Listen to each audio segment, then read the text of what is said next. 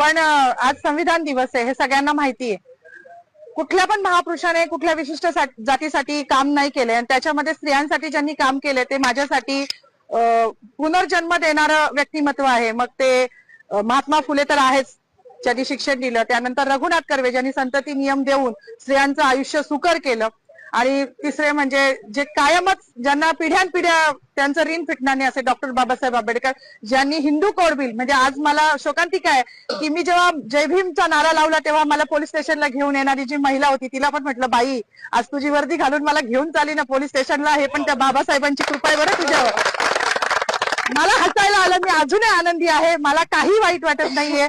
माझी नोकरी, माझं प्रमोशन मला काहीच कळत नाही, कारण माझ्या बाबासाहेबांनी हिंदू कोड बिलाचा जो राजीनामा दिला होता तो माझ्यासारख्या महिलांसाठी दिला होता.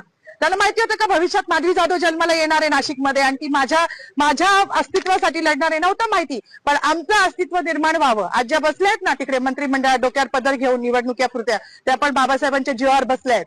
नाही तर विशिष्ट जातीने तेच काम करायचं असं लिहून ठेवलं होतं. चूल आणि मूल याच्या पलीकडे ह्यांच्या संविधानानुसार कुठला वाव स्त्रीला नव्हता. आणि ज्या संविधानाने आज मला ही ताकद दिली आहे त्या बाबाला जेव्हा हे संपवायला जात आहे तेव्हा त्यांची ही लेख तेवढ्याच निडरतेने उभी राहिली आणि ह्याचा मला खूप अभिमान आहे.